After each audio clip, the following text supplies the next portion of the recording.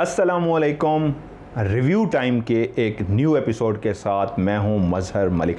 Thank you so much and love you so much आप सबके उस प्यार भरे फीडबैक का जो इस दफ़ा आपने राज प्रोग्राम को देखने के बाद इतना ज़बरदस्त कमेंट्स लिखे। यकीन मानिए मैंने व्हाट्सएप पे भी पढ़े और प्रोग्राम में भी पढ़े, दिल खुश हो गया। हम लोग जब अपनी जानों को इतना ख़तरों में डाल के रिस्क लेते हैं और आप लोग वीडियो को लाइक करके आगे शेयर भी करते हैं और इतना अच्छा कमेंट्स, इतना अच्छा फीडबैक भी देते हैं, तो यकीन मानिए हमें हमारी मेहनत का सिला मिल जाता है। इसलिए again thank you so much and love you so much. आपने सैटरडे को प्रोग्राम देखना था, मैं आउट ऑफ सिटी था, जिसकी वजह से आपने इतवार को प्रोग्राम देखा, और जो सोमवार को रूहानियत के हवाले से आप प्रोग्राम देखते हैं वो आप नहीं देख सके। वो इंशाल्लाह इस जुमे को ही आपको देखने को मिल जाएगा। पोस्टमार्टम वाला अपना प्रोग्राम देखा, कुछ सवालात आपके थे, कुछ मैंने आपको कहा था। मैं भी आपको इसके बैकग्राउंड के बारे में रिव्यू टाइम में बताऊंगा, प्रोग्राम की ओपनिंग में बताऊंगा, तो प्रोग्राम लंबा और बोरिंग हो जाएगा। मुझे वहाँ के अस्पताल के किसी शख्स ने राब्ता किया और मुझे कहा कि हमारे अस्पताल में कुछ दिनों से, कुछ अरसे से अजीब व गरीब एक्टिविटीज़ हो रही हैं, आप आएँ और यहाँ पे आके रिकॉर्डिंग करें। एज लाइव प्रोग्राम में जो करता हूँ, जिसमें मैं अकेला कैमरा लेके जाता हूँ और अंदर जाके इन्वेस्टिगेशन करता हूँ, वहाँ पे जब मैंने इन्वेस्टिगेशन की तो कुछ ऐसा मुझे खुद महसूस हुआ कि मामला जिनात और इस तरह की जो एक्टिविटीज़ होती हैं उससे हट के है। ऐसा लगा मामला जैसे ऐसे है कि जिनात जो इशारे देते हैं, इस दफ़ा इशारे नहीं दिए जा रहे, कोई राब्ता करने की कोशिश कर रहा है, कम्युनिकेशन करने की कोशिश कर रहा है, जो मुझसे कोई कुछ कहना चाह रहा है, खुद से वो अपनी आवाज़ को रिकॉर्ड करवाना चाह रहा है, वो चाहता है मैं उसकी बात को अंडरस्टैंड कर सकूं।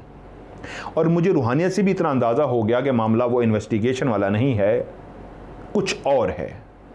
तब मैंने इस केस की खोज लगाने की कोशिश की, अपने तरीके से अंदर खाते में, खुल के नहीं, ओपन नहीं, अंदर खाते में बातें करते करते पता किया तो पता लगा एक सादा सा केस था। कुछ लोग आए थे एमरजेंसी में एक ऐसे शख्स को जो खूबरू नौजवान था, जिसकी हाथ पाँव टांगे टूटी हुई थी, खून से लथपथ भरा हुआ था, और वो लेके आए थे इमरजेंसी में। लेकिन जैसे ही हमने चेकअप किया तो हमने बताया कि ये तो काफ़ी देर हुई, अल्लाह को प्यारा हो चुका है।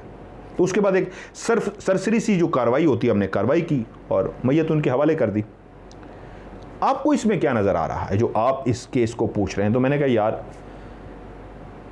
मैंने जो रिकॉर्डिंग की है और मेरी एक रूहानियत के साथ भी ताल्लुक़ है, उससे भी मैंने जो चेक किया है, कहानी कुछ और है, ये नहीं है। जिसने भी मुझसे रब्ता किया है, रूह जो होती है वो आलम बरज़ख में चली जाती है, हमज़ाद इस दुनिया में भटकता रहता है, कब्रिस्तान में मौजूद होता है, घरों में उन जगहों पे भी इंसानों को जो नज़र आता है वो उसकी रूह नहीं, उसका हमज़ाद होता है। वो मुझे जो महसूस हुआ है उसका कोई हमज़ाद है, और मेरी रूहानियत मुझे ये कह रही है कोई चीज़ है जो मुझ तक वो कहना चाह रहा है। जैसे इस केस में मैं इन्वॉल्व हूँ और ऐसी बहुत सारी टेक्निकली चीज़ें मैं उनसे डिस्कस करी।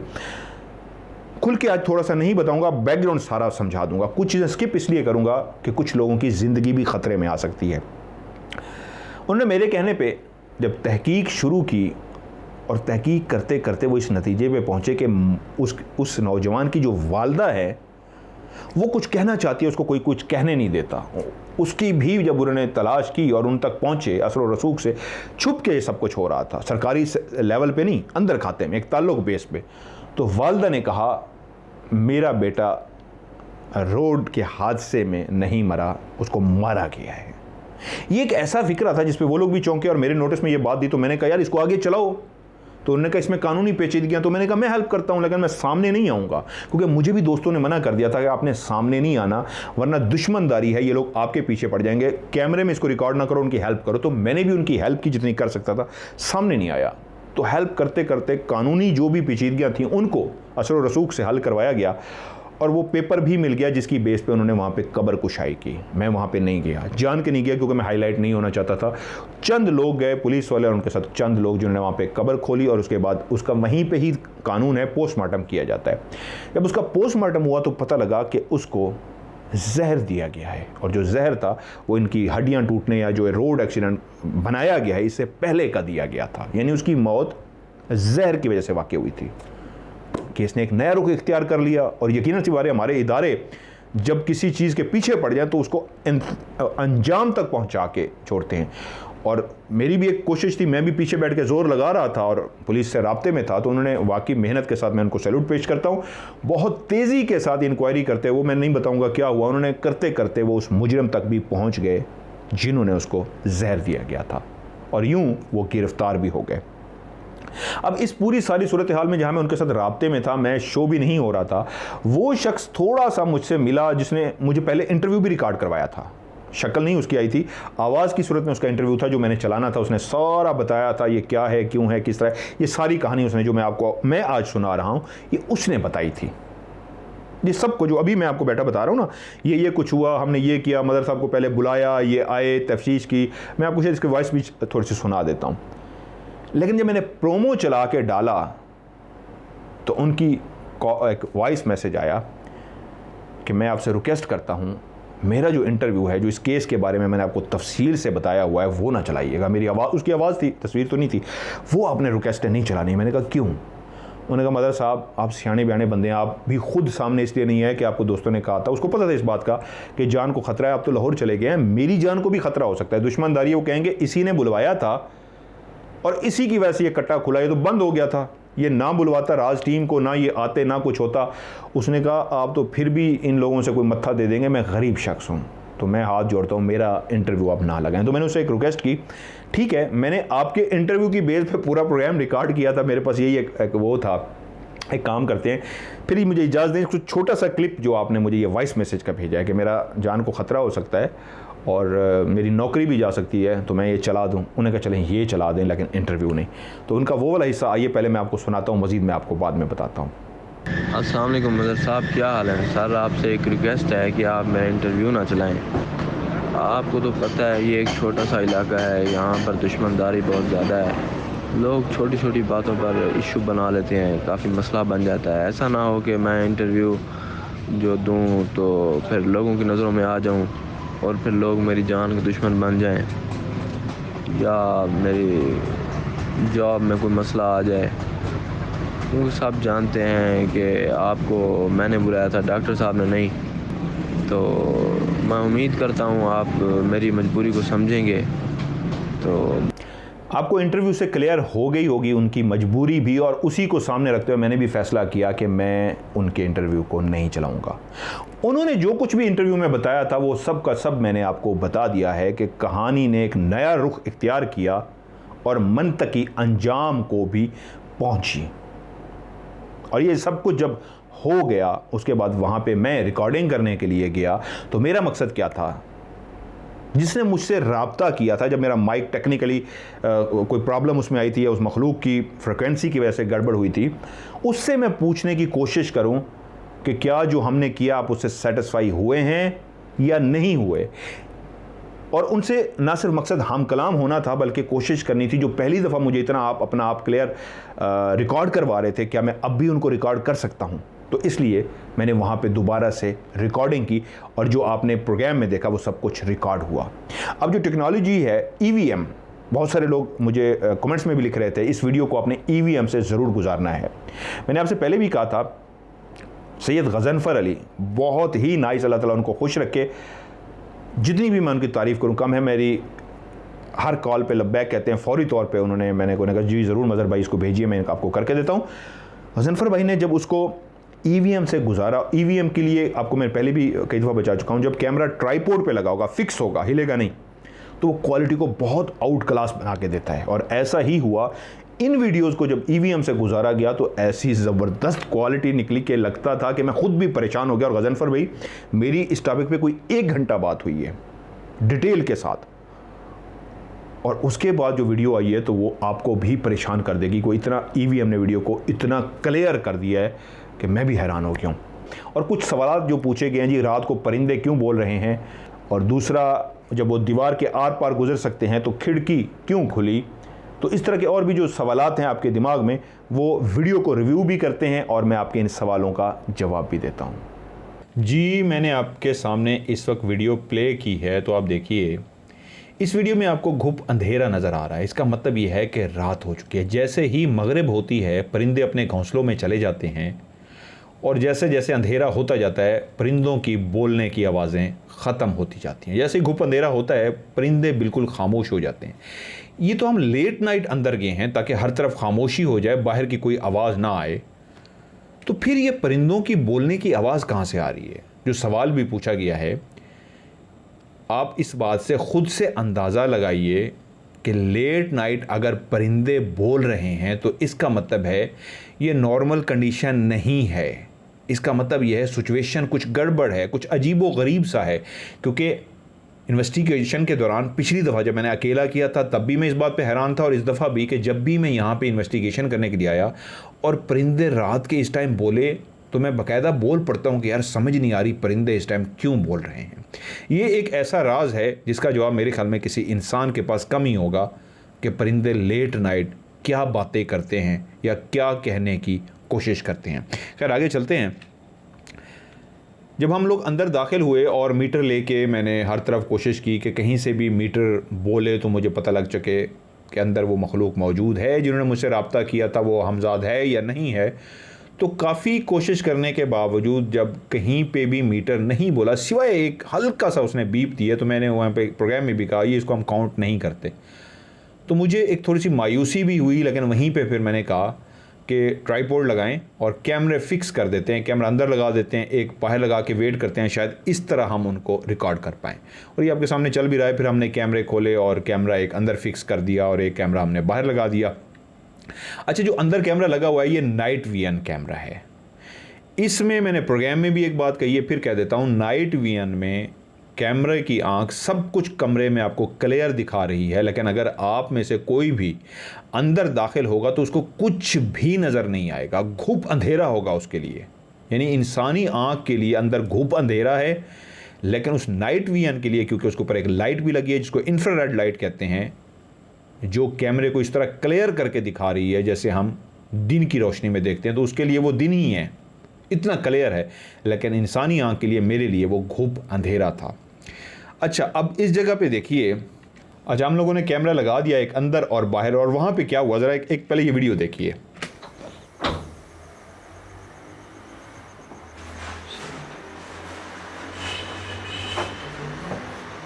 मैं दोबारा से वीडियो को चलाता हूँ, ये देखिए।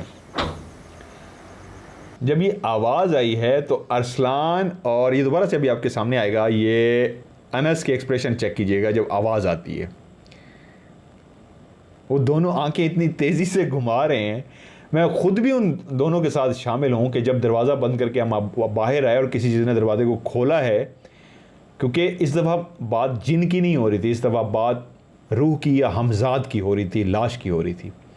और जब ये दरवाज़ा खुला है तो इनके एक्सप्रेशन चेक कीजिए, अरसलान के भी और अनस के भी, आपको नज़र आएगा। मैं भी उसमें शामिल हूँ, जो कांप रहे हैं, खौफज़दा हैं और मुस्कुरा रहा है। मैं इसको थोड़ा सा पीछे करता हूँ, ये देखिए अंस के चेहरे पे ना, ये देखिए अंस के चेहरे पे आपको मुस्कुराहट नज़र आ रही है।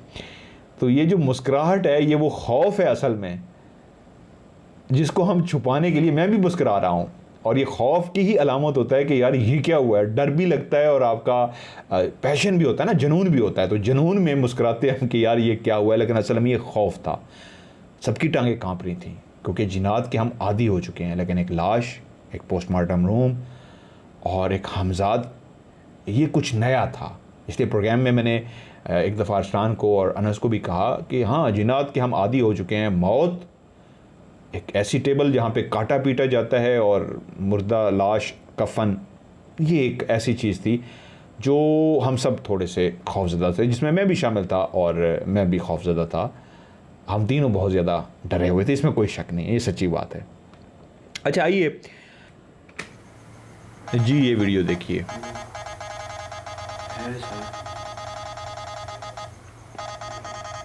कांप रहा है जिस्म, पता नहीं क्यों जिस्म कांप रहा है।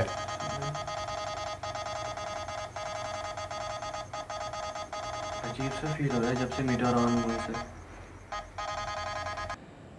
मीटर ऐसा बोलना शुरू हुआ कि उसने चुप होने का नाम नहीं लिया, और मैंने कहा जिस्म कांप रहा है, पता नहीं क्यों। अरसलान कह रहा है मेरी टांगें कांप रही हैं। और ये उस वक्त के लम्हे हैं जब अंदर कोई उस पोस्टमार्टम की टेबल पे कोई आ चुका था, और हम इस बात से वाकिफ़ नहीं थे, लेकिन हमारी फीलिंग भी उसी लम्हे ऐसी हुई कि हमें, मेरे जिस्म कब कमाना शुरू हो गया, अरसलान की टांगें कांप रही थी। अनस भी कह रहा है कुछ अजीब सी सिचुएशन हो रही है, हम नहीं जानते थे अंदर क्या हो रहा है, लेकिन वो जहाँ से हमारे करीब से गुजर के गए थे, शायद जिसकी वजह से वो वेव्स जो उनके अंदर से थीं वो हम तक इस तरह पहुंची कि मीटर का बजना भी हमें बता रहा था कि जो पहले नहीं था, मीटर बिल्कुल खामोश था, अब वो आ चुका है। तो इस वजह से हमारी ये फीलिंग थी, लेकिन उस वक्त तक हम नहीं जानते थे कि अंदर कुछ हो चुका है। इसी वीडियो को ये देखिए, ये मैंने आपके सामने जो चलाई है वीडियो, ये है EVM के थ्रू गुजरी हुई वीडियो। अब इसमें देखिए क्वालिटी बहुत क्लियर हो गई है और कफन में लिपटी हुई ये लाश जो इस वक्त टेबल पे सामने खुद ब खुद आई और उसके बाद गायब हुई। वहाँ पे एक चीज़ आप लोगों ने नोट नहीं की, मैं रोकता हूँ ज़रा, ये देखिए मैंने रोक दिया है। अब ये देखिए ये कितना बड़ा साइन है। मेरे ख्याल में आज तक इतना बड़ा साइन बहुत कम किसी ने रिकॉर्ड किया होगा कि कफन में लिपटी लाश सामने टेबल पे मौजूद है और EVM ने उसको मज़ीद क्लियर करके हमें दिखा दिया है। लेकिन अगर गौर कीजिए तो कफन का एक हिस्सा जो इस वक्त आपको सामने नज़र आ रहा है, जो नीचे की तरफ है, वो टेबल के अंदर से गुज़र के नीचे जा रहा है। अगर ये हिस्सा टेबल के ऊपर पड़ा होता तो ये हिस्सा छुपा होता कफन की वजह से, जो लोहे का हिस्सा है। लेकिन हैरत की बात यह है, ये तो अपनी जगह पे एक बहुत बड़ा साइन है ही है कि कफन में लिपटी लाश खुद ब खुद आ गई। ये उससे भी एक बड़ा साइन उस मखलूक ने हमें खुद से दिया है कि उस कफन को जो टेबल के ऊपर, मेज़ के ऊपर आया है, तो वो नीचे जो लटका हुआ है, तो वो मेज़ के ऊपर गिरा होना चाहिए था, तब नीचे की तरफ लटकता। तो वो मेज़ के ऊपर गिरा हुआ नहीं है, मेज़ के आर पार गुजरा हुआ है, मेज़ के अंदर से गुजरता हुआ नीचे की तरफ गया है। ये एक और क्लियर वाज़े साइन है जो हमें EVM में नज़र आया है। मैं इसको ज़रा जूम करता हूँ, ये देखिए कफन का कोना ये वाला जो है, टेबल के ऊपर नहीं, टेबल के ऊपर से नीचे की तरफ नहीं जा रहा, टेबल के अंदर से गुजर के नीचे की तरफ जा रहा है। ये भी सबूत है, उस मखलूक ने अपनी मौजूदगी का एक बहुत बड़ा सबूत दिया। आगे चलते हैं। ये लाश आई और उसके बाद गायब हो गई। ये उसी लम्हे था जिस वक्त मीटर बजा और मीटर के बजते ही ये साइन मिला। तो इसका मतलब ये था, उन्होंने अपनी जब मौजूदगी का जैसे ही एहसास दिलाया, उनको पता था ये कैमरा, ये चाहे हमजाद हो चाहे जिन हो, इन मखलूक को पता होता है कि ये कैमरा है और ये रिकॉर्डिंग करता है। ऐसा नहीं कि उनको नहीं पता, उनको पता था। लेकिन वो अपना आप क्योंकि क्लियर महसूस कराने के लिए, रिकॉर्ड कराने के लिए आए थे, तो इसलिए जैसे ही वो आए तो उसी वक्त मीटर ने बहुत ज़्यादा बजना शुरू कर दिया। और मीटर का बजना इसका मतलब है इर्द गिर्द कुछ चीज़ आ चुकी है। सो इर्द गिर्द नहीं थी, उसी कमरे की टेबल पे वो चीज़ आ चुकी थी जिससे हम नावाकिफ़ थे, लेकिन वो अपना आप कैमरे को क्लियर रिकॉर्ड करा रही थी। अगला क्लिप देखते हैं। तो लाइट हम नहीं जलाएंगे, लाइट के बगैर उस नाइट विजन में घुप अंधेरे में ही मैं आपसे मिलना चाहूँ, क्या मैं अंदर आ सकता हूँ?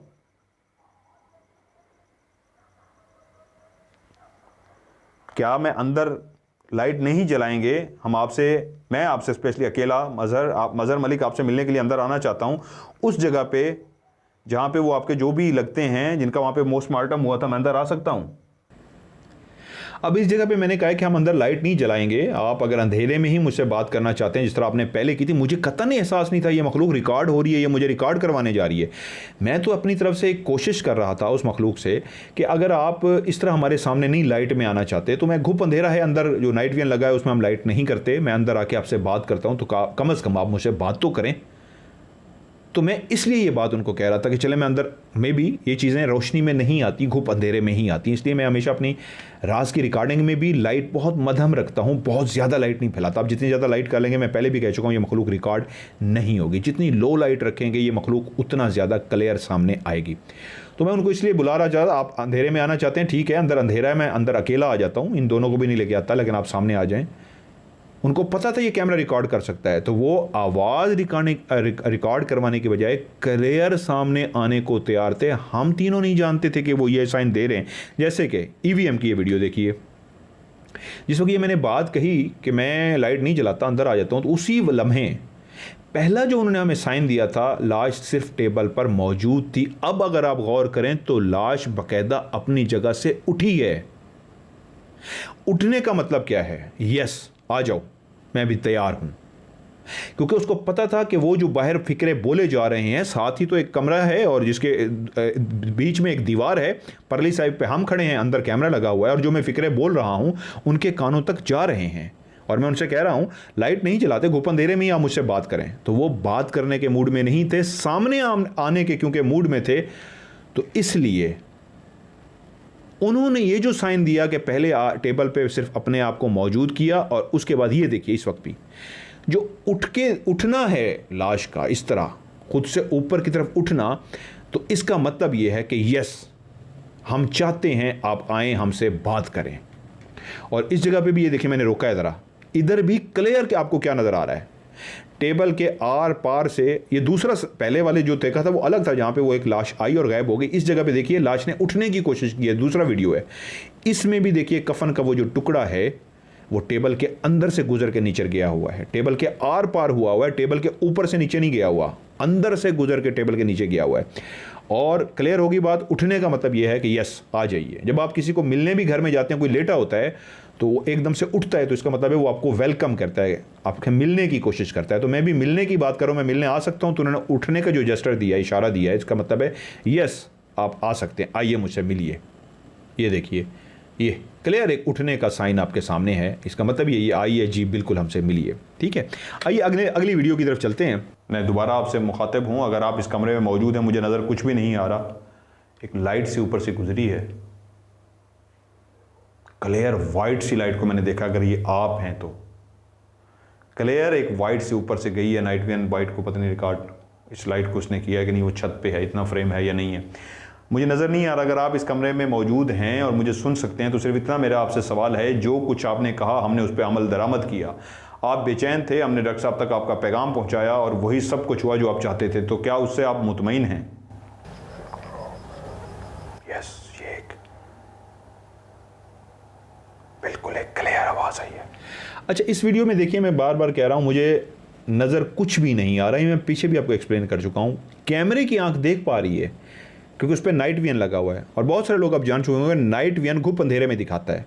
मेरी आंख कुछ भी नहीं देख रही सिवाय घुप अंधेरे के, बिल्कुल ब्लैक अंधेरा। लेकिन उसी लम्हे जब मुझे एक वाइट शेडो नजर आया, कोई वाइट सी चीज़ नजर आई है उड़ती हुई, तभी मैं बोला हूँ, क्योंकि अंधेरे के अंदर कोई भी चीज़ वाइट छोटी सी भी होगी तो आपको नजर आएगी। वो तो काफ़ी एक झलक सी थी, सफ़ेद सी जो गुजरी है तेज़ी से, तो मैंने कहा वाइट कोई चीज़ उड़ती हुई गई है। ये यही था जो उड़ता हुआ यहाँ पे पहुँचा, या कोई और साइन था, या एक इशारा था इस बात का कि हाँ हम मौजूद हैं, जिस पे मैंने बोला है कि कोई वाइट चीज़ उड़ती हुई गई है। तो असल में ये मुझे उस अंधेरे के अंदर ये एहसास दिलाना था कि यस कोई है यहाँ पे, क्योंकि मेरे राइट साइड पे खड़ा हुआ कफन में लिपटा हुआ वो मुर्दा, वो हमजाद, मैं उससे नावाकिफ़ था और वो मुझे इशारा दे रहा था, शायद उस सफ़ेद जो झलक सी गुजरी है कि हाँ हम यहाँ पे मौजूद हैं, क्योंकि घुप अंधेरे में मुझे कुछ नहीं नज़र आ रहा था और मैं कतई नहीं जानता था कि वो मेरे साथ खड़ा है। लेकिन जिस वक्त मैंने जब उससे सवाल किया कि जो आप चाहते थे हमने वही सब कुछ किया, तो क्या आप मुतमईन हैं, और मेरी राइट साइड से एक आवाज़ आई इस तरह की जिसको मैं उस वक्त समझ नहीं सका, लेकिन मेरे सवाल ऐसा था कि क्या आप मुतमईन हैं, उसी लम्हे एक वाइट शेडो का ऊपर से गुजर के जाना, और मेरे सवाल करने पे कि आप जो कुछ चाहते थे हमने वही किया, आप क्या मुतमईन हैं, और एक कोई भी एक जवाब आना, तो मैं फौरी समझ गया ये मेरे ही सवाल का किसी ने राइट साइड से जवाब दिया, जिस पे मैंने बोला भी है कि बिल्कुल क्लियर आवाज़ आई है। क्योंकि ये इतनी क्लियर आवाज़ थी, एक ऐसा कमरा जिसमें बिल्कुल खामोशी है, घुप अंधेरा है, असलान, हाशिर और अनस बाहर बिल्कुल खामोश हैं और मैं अकेला हूँ, और वो जैसे ही आवाज़ आई मैंने उसको क्लियर सुन लिया। अब इसी को हम EVM के थ्रू देखते हैं, जिसकी क्वालिटी को मज़ीद बेहतर किया है EVM ने। बारीक से बारीक चीज़ भी आपको इसमें क्लियर नज़र आएगी, और वही वीडियो जो अभी आपने पीछे देखी, राइट साइड के कोने में कफन में मौजूद वो हमजाद वो मौजूद था। एक दफ़ा उसने कैमरे के सामने देखा है, फिर उसने घूम के मेरी तरफ देखा है। ये देखिए अब दोबारा से वो कैमरे की तरफ ये घूम के आ गया है, और जब मैंने उससे सवाल कर रहा हूं तो सवाल करते हुए दोबारा से आहिस्ता आहिस्ता मेरी तरफ घूमा है और मेरी तरफ घूम के रुका है, और मेरे सवाल का जैसे ही उसने जवाब दिया है, जवाब देते ही वो गायब हो गया, क्योंकि उसको पता था कैमरा रिकॉर्ड कर रहा है, और वो जो अपना आप वहाँ पे जाहिर कर रहा है, अपनी मौजूदगी वहाँ पे दिखा रहा है कैमरे के सामने, वो खुद चाहता है यस कैमरा मुझे रिकॉर्ड कर ले। इसलिए कभी वो कैमरे की तरफ देख रहा है और कभी वो मेरी तरफ देखता है। और जब मैंने अपना सवाल मुकम्मल ही किया तो उससे पहले वो मेरी तरफ टर्न ले चुका था और मेरे सवाल का जवाब देके गायब हो गया। अगला क्लिप देखते हैं।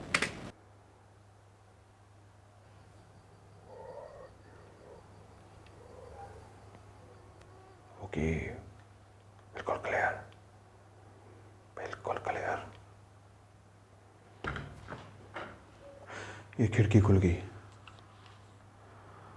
ये खिड़की खुल गई और ये खिड़की बंद हो गई। जी, आपने ये क्लिप देखा।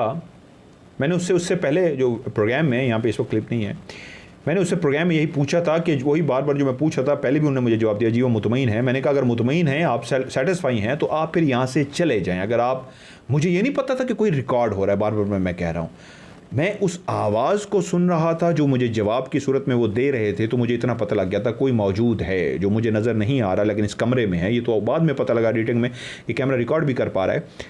तो उनको मैंने मुखातिब करके कहा अगर आप जो चाहते थे हमने वैसा किया और सब कुछ काम मुकम्मल हो गया, जो मैंने शुरू में आपको स्टोरी सुनाई कि उसको दोबारा से पोस्टमार्टम किया तो वो रोड एक्सीडेंट की बजाय जहर का केस निकला कि उसको मारा गया है और रोड एक्सीडेंट का नाम दिया गया है। और फिर नए सिरे से उस पोस्टमार्टम के बाद तफ्तीश शुरू हुई और उस तफ्तीश के बाद उन कातिलों तक भी पहुँचे और उनको गिरफ्तार भी कर लिया गया। और जो एक दब गया था केस, किसी को पता ही नहीं था, क्योंकि इन्होंने हमारी तवज्जो दिलाई थी और इनकी तवज्जो दिलाने पे हमने केस को नए सिरे से खुलवाया था। और उसके बाद जब मसला हल भी हो गया, पता भी लग गया कि ये एक्सीडेंट नहीं बल्कि कत्ल है, तो उसके बाद कातिल भी पकड़े गए। तो मैंने उनका कहा अगर आप मुतमईन हैं तो यहाँ से चले जाइए। यही हुआ। ये देखिए EVM पे ये फुटेज चल रही है आपके सामने, मुझे नज़र नहीं आ रहा, लेकिन कुछ जब मुझे उन्होंने कहा और मैंने झुक के उनकी आवाज़ सुनी तो वो जो हमजाद था, कफन में लिपटी लाश थी, वो चलती हुई बिल्कुल खिड़की के करीब आई। जैसे ही वो खिड़की के करीब आई तो वो दीवार के अंदर से गुजर गई। ऐसा नहीं हुआ कि वो खिड़की के अंदर से गई है। ये बात सच है, इस मखलूक को दीवारों की ज़रूरत नहीं होती, ये दीवारों के आर पार गुजर जाते हैं। और यहाँ पे भी यही मंजर आपको इस वक्त स्क्रीन पे नज़र आ रहा है कि मुझे जवाब जो दिया कि यस, उनका मतलब यही था कि हाँ हम मुतमईन हैं और हम यहाँ से जा रहे हैं। ये देखिए, ये जब वो गया है, वो लाश गई है तो वो दीवार के आर पार गुजर के गई है। तो फिर जो सवाल भी पूछा गया है, जब ये मखलूक दीवार के आर पार गुजर के जाती है तो फिर खिड़की क्यों खुली? असल में क्योंकि उनको पता था कि वो कैमरे में तो रिकॉर्ड हो रहे हैं, लेकिन इस वक्त जो शख्स कमरे में खड़ा हमसे बातें कर रहा है वो इस बात को नहीं जानता कि हम कमरे में मौजूद हैं। यानी उस लाश को क्लियर पता था, मज़हर मलिक नहीं जानता कि मैं कैमरे के सामने मौजूद हूं और रिकॉर्ड हो रहा हूं। तो जब वो चलते हुए खिड़की के आर पार, दीवार के आर पार गुजरने लगी लाश, तो मुझे तो बिल्कुल ना पता लगता कि वो चले गए हैं, क्योंकि मुझे तो नहीं पता लगा ना कि दीवार के आर पार कोई गुजरा, आवाज़ तो नहीं आई। लेकिन जब उन्होंने खिड़की खोली तो एक सेकंड में ही मैं समझ गया खिड़की खुलने का मतलब यही है कि कोई मुझे इशारा दे रहा है कि ठीक है, हम मुतमईन हो के, मे बी जो वो जवाब दे रहे थे वो लैंग्वेज ऐसी थी मैं अंडरस्टैंड नहीं कर सकता, तो उन्होंने खिड़की खोल के क्लियर साइन दिया कि ये लें। खिड़की खुली और खिड़की खुलने का मतलब होता है ओके हम बाहर जा रहे हैं। खिड़की का खुलना और खिड़की का बंद होना, चाहे दरवाज़ा या खिड़की आप खोलेंगे तो इसका मतलब ये है, खिड़की खुलती है हवा आ जाती है, खिड़की बंद होती है हवा बंद हो जाती है। दरवाज़ा खुलता है आप अंदर दाखिल होते हैं, दरवाज़ा बंद होता है यानी कि आप अंदर दाखिल हो गए हैं। तो इन्होंने एक साइन दिया किस्म का मुझे कि आप समझ जाएं इस बात को खिड़की के इशारे से कि हम वाकई जा रहे हैं। उन्होंने खुदा हाफिज़ लफ्ज़ तो नहीं बोला, बाय बाय तो नहीं कहा, लेकिन खिड़की के साइन से मुझे इशारा दिया जी हम मुतमईन हैं, अगर आप चाहते हैं कि हम चले जाएं तो हम जा रहे हैं। इसलिए उन्होंने खिड़की खोल के बंद करके दिखाई कि हम चले गए हैं, ये क्लियर साइन है हमारे चले जाने का। बाकी वो खिड़की से नहीं गुजरे, वो दीवार के आर पार गुजर गए। और जो शख्स अंधेरे में खड़ा है जिसको नज़र नहीं आ रहा, तो उसको महसूस कराने के लिए, साइन देने के लिए उन्होंने ये साइन दिया। अच्छा, अब ये देखिए जी, ये EVM के ज़रिए एक हमने स्टिल निकाली है जो बिल्कुल क्लियर स्टिल निकली है। प्रोग्राम में इतनी क्लियर नहीं है। सर इस लाश का धड़ से काफ़ी बड़ा है। जहाँ पे सर काफ़ी बड़ा है वहाँ पे सर और कंधों के बीच में जो गर्दन है वो भी काफ़ी लंबी नज़र आ रही है। नॉर्मल गर्दन ही नज़र आ रही, देखिए तो आपको नज़र आएगी ये काफ़ी लंबी गर्दन है। और जहाँ तक बात है बाजू की, तो ये बहुत लंबा बाजू है। एक आम इंसान का बाजू इतना लंबा नहीं होता। ये देखिए ये कितना लंबा बाजू है और 2 जगहों से टूटा हुआ भी है। कंधे यहाँ पे शोल्डर हैं, शोल्डर वाली जगह से भी ये टूटा हुआ है और जहाँ पे हाथ जुड़ा होता है, हथेली होती है हाथ की, कोहनी से नीचे हाथ वाली साइड पे, उस जगह से भी ये टूटा हुआ हाथ है। 2 जगहों से ये टूटा हुआ बाजू नज़र आ रहा है। शायद क्लियर, क्योंकि रोड एक्सीडेंट में बताया था डॉक्टर ने भी कि उसकी टांगें और बाजू टूटे हुए थे। तो इस जगह पे भी ये देखिए उसका शोल्डर वाली साइड से भी बाजू टूटा हुआ है और कलाई जहाँ पे होती है वहाँ से भी उसका टूटा हुआ है। ये क्लियर इमेज है जो ईवीएम ने इतना क्लियर करके हमें दिखाया है। और 2 चीज़ें जो अजीब सी हैं इस लाश की, एक गर्दन बहुत लंबी है, एक्स्ट्रा लंबी नज़र आ रही है, और जो सर है काफ़ी धड़ से बड़ा सर है। अब सवाल पैदा ये होता है कि इस टेबल पे इस तरह सामने आना, टेबल से उठने की कोशिश करना, कोने पे खड़े होकर जवाब देना और फिर खिड़की खोल के, जबकि गुजरे दीवार से हैं, खिड़की का साइन देना कि हम जा रहे हैं। तो क्या ये कोई कफन में लिपटी लाश है, कोई जिन है, कोई रूह है, या कोई हमजाद है? जब मैंने पहली दफ़ा यहाँ पे इन्वेस्टिगेशन की और मुझे इस तरह महसूस हुआ कि कोई मुझसे मुखातिब होने की कोशिश कर रहा है, कोई पैगाम देने की कोशिश कर रहा है, और उसके बाद मैं इस केस की तरफ अलर्ट हुआ और तहकीक की, तो पता लगा मामला कुछ और है और इस मामले की तरफ गए।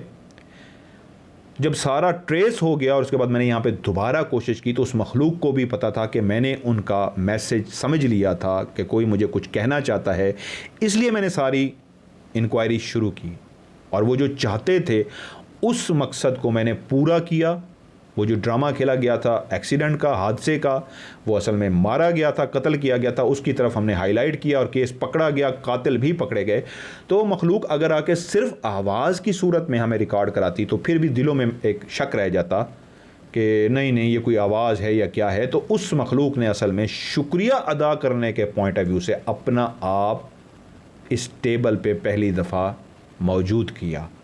उसकी जो मौजूदगी थी टेबल पे, ये इजहार है इस बात का, हाँ हमने आपसे राब्ता किया था, ये बात सच है और इसका सबूत ये है, ये लें हम अपना आप इस टेबल पे ला रहे हैं।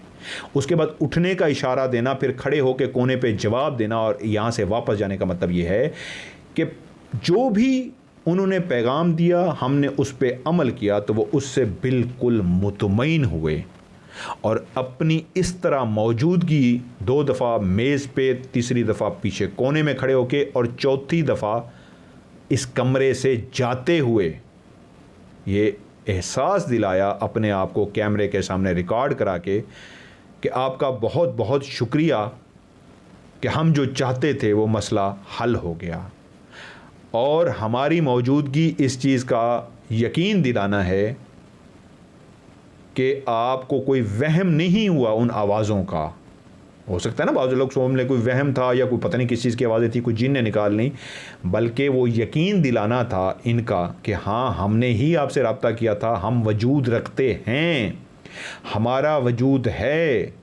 और लाश के ऊपर जो आपने प्रोग्राम किया है ये वैसे फ़र्ज़ी प्रोग्राम नहीं है, हम अपनी लाश की सूरत इस जगह पे जो रिकॉर्ड करवा रहे हैं और उस लाश को कफन में लिपटा हुआ दिखा रहे हैं, तो इसका मतलब ये है कि हाँ हम ही थे जिन्होंने आपसे राब्ता किया था, हम ही थे जो चाहते थे कि आप इस मसले को हल करें। और आपको इस तरह अलर्ट करना, आपसे इस तरह मुखातिब होने का मतलब ये था कि लाजमी उस कातिल को पकड़ा जाए। फिर आखिरी सवाल, तो क्या ये जिन था या कोई रूह थी या हमजाद था? ये हमजाद था। हमजाद भी रूप बदल सकता है, हमजाद जिस रूप में भी आना चाहे सामने आ सकता है, वो भी रूप धार सकता है। तो हमजाद तमाम जो इस वक्त भी प्रोग्राम को देख रहे हैं और जिन्होंने वो प्रोग्राम, वो पोस्टमार्टम वाला भी प्रोग्राम देखा, उनको यकीन दिलाने के लिए ये रूप धार के आया कि ये सब सच था, मैं ही था जो राब्ता कर रहा था। और अगर आप मैं सिर्फ आवाज़ की सूरत में रिकॉर्ड कराता तो आप शायद यकीन ना कराते। तो मैं इसलिए एक अपना वजूद सामने ला रहा हूँ जो अनबिलीवेबल है, लेकिन जब आप लोग मेरा वजूद देख लेंगे तो आपको बिलीव करना पड़ जाएगा कि हाँ मैं था। इस तरह टेबल पर आना और कफन को टेबल के आर पार करके दिखाना, ये कोई भी इंसान नहीं ऐसा कर सकता। किसी भी तरीके आप इसको इस तरह नहीं कर सकते कि एक कफन में लिपटी लाश जिसका कफन टेबल के अंदर से गुजर के नीचे की तरफ लटक रहा है, ऊपर से गुजर के नहीं। तो इस सबूत का मतलब ये है उस हमजाद ने आप सब देखने वालों को जो इस वक्त भी देख रहे हैं ये यकीन दिलाया है कि ये सच है, मैं यहाँ पे था, मैंने ही मदद मांगा था और इन्होंने मेरी मदद की है और मैं सेटिस्फाई हुआ हूँ। सेटिस्फाई होने की वजह से यहाँ से चला गया हूँ। अब आते हैं, अब जब वो मखलूक चली गई तो वहाँ पे अरसलान हाशिर और अनस मलिक जब अंदर आए तो वो कह रहे हैं ये टेबल, ये दीवारें गर्म हैं, ये जगह गर्म है, ये दीवार गर्म है, यहाँ तक कि मुझे कह रहे हैं आप भी टेबल पे हाथ लगाएं, मैं टेबल पे हाथ लगा रहा हूँ। जब भी इस तरह की मखलूक कहीं पे होगी तो वहाँ पे टेम्परेचर चेंज होगा, ये लाजमी सी बात है। मुझे क्यों नहीं फील हुआ टेम्परेचर शुरू में चेंज, क्योंकि उस कमरे में मैं काफ़ी देर से मौजूद था, शायद उसकी मौजूदगी में भी वो टेम्परेचर उतना गर्म था। मैं रूम के टेम्परेचर को ये समझा कि टेम्परेचर है ही रूम का यही। एक आम सी बात है, कोई बाहर से आने वाला बंदा फौरी तौर पे महसूस कर लेगा, जो उस कमरे के अंदर मौजूद होगा उसको एहसास नहीं होगा। बाज़ दफ़ा खुशबू का भी होता है, बाज़ दफ़ा ठंडक या गर्मी का भी ऐसे होता है। क्योंकि मैं काफ़ी देर से वहाँ पे आपको तो शॉर्ट करके वीडियो दिखाई है ना, मैं फौरी इशारे मुझे थोड़ी मिल गए थे, काफ़ी लंबा प्रोग्राम रिकॉर्ड हुआ है। तो मैं क्योंकि काफ़ी देर अंदर मौजूद रहा हूँ तो मुझे टेम्परेचर का अंदाज़ा नहीं हो सका, क्योंकि मैं उसको कमरे का टेम्परेचर ही समझ रहा था। लेकिन जब बाहर से कोई शख्स आया और उसने मुझे मुतवज्जो करके बताया कि नहीं इस जगह पे चेंज है और इस जगह पे चेंज है, तो फिर मैं अलर्ट हुआ कि अब मैं ज़रा ध्यान इस तरफ करके देखूं कि कहने वाला क्या सही कह रहा है। तो फिर मुझे एहसास हुआ हाँ यार फ़र्क है। बाहर वाले को फ़ौरन फ़र्क महसूस हो गया, मुझे थोड़ा सा टाइम इसलिए लग गया कि क्योंकि मैं उस रूम में मौजूद था। और मैंने इसकी आपको मिसाल दे दी है, जो कमरे में मौजूद होता है उसको इतना एहसास नहीं होता, बाहर से आने वाला फौरी कह देता है कि यार ये कोई स्मेल आ रही है, यार कोई गैस लीक है, यार ये हो रहा है, यार यहाँ पर तो बड़ी गर्मी है, यार यहाँ पर तो बड़ी ठंडक है। तो अंदर वाला कहता है क्योंकि तुम बाहर से आए हो इसलिए तुम्हें महसूस हो गया, हम अंदर काफ़ी देर से बैठे हैं, हमें नहीं पता, इसलिए मुझे महसूस नहीं हो सका। अच्छा, आप लोगों ने यहाँ पे पूछा है कि जी जब आपने मीटर से बात की है वो मखलूक तो चली गई थी, फिर आपने मीटर से कैसे बात कर ली। देखिए, जब हम डायलॉग मोड पे मीटर को लगाते हैं तो मीटर फौरी तौर पे नहीं किसी चीज़ को बुला लेता और हम बात करना शुरू कर देते हैं। उसके लिए वो काफ़ी देर सर्च करता है, बाज़ औक़ात 5 मिनट, 10 मिनट, 15 मिनट, 20 मिनट भी लग जाते हैं। वो सर्च करता रहता है, ऐसा मुराद ये है बुलाता रहता है, उन वेव्स को, उन सिग्नल्स को कैच करता रहता है। और जब कोई कैच कर लेता है, कोई चीज़ उसकी फ्रिक्वेंसी को कैच करते करते उसके करीब पहुंच जाती है तो उसके बाद वो हमें इशारा दे देता है, रुक जाता है, सर्चिंग रोक देता है कि ले जी आप बात करें, कोई चीज़ साथ आ गई है। हमें तो उस वक्त तक नहीं पता था कि वो चीज़ कैमरे में भी आई है, रिकॉर्ड भी हुई है। अगर मुझे पता लग चुका होता कि उस चीज़ को कैमरे ने रिकॉर्ड कर लिया तो मैं कभी भी मीटर पे बात ना करता। क्योंकि सिर्फ मैंने 1-2 दफ़ा अंदर कमरे में आवाज़ सुनी थी, एक सफ़ेद साए को गुजरते हुए देखा था, तो मुझे उस वक्त तक ये पता था कि सिर्फ आवाज़ रिकॉर्ड हुई है। और एक खिड़की का ही साइन मुझे मिला था खुलने और बंद होने का, जिससे मुझे अंदाज़ा हुआ कि वो मखलूक इशारा दे रही है खिड़की खोल के मुझे कि हम चले गए हैं। आप लोग क्योंकि प्रोग्राम देख के बैठे हैं, उस वक्त तक मैंने भी प्रोग्राम नहीं देखा था, तो मुझे कैसे पता लगता कि वो मखलूक चली गई है। तो फिर मैंने अपनी तरफ से मीटर से उसको ऑन किया कि उस मखलूक से बात कर सकूं। अब मीटर ने वहाँ पे 10 से 12 मिनट तक सर्चिंग में टाइम लगाया था। वो उस मखलूक को जो चली गई थी दोबारा से बुलाने की कोशिश करता रहा था, और उस मखलूक को भी जो चली गई थी पता था कि ये मीटर हमारे लिए ही यहाँ पे रखा गया, ये हमसे ही बात करना चाहते हैं। तो इसलिए मैंने मीटर को चलाया और मीटर ने 10-12 मिनट लगा कि जब सर्च किया तो दोबारा से उस मखलूक को बुलाया गया। और ऐसा नहीं है कि मखलूक अगर एक दफ़ा चली जाए तो दोबारा नहीं आएगी, दोबारा भी वो आ सकती है।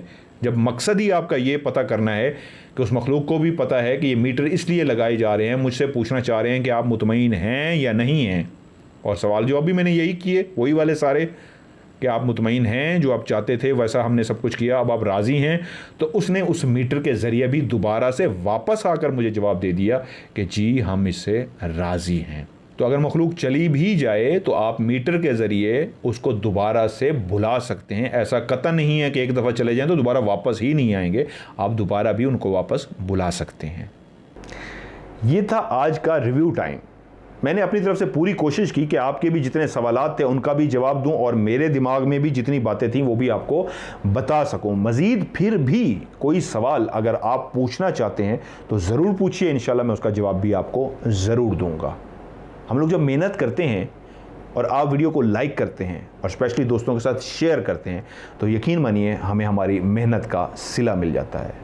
मैंने पहले भी कहा है, आप मेरी फैमिली हैं, फैमिली की तरह हैं।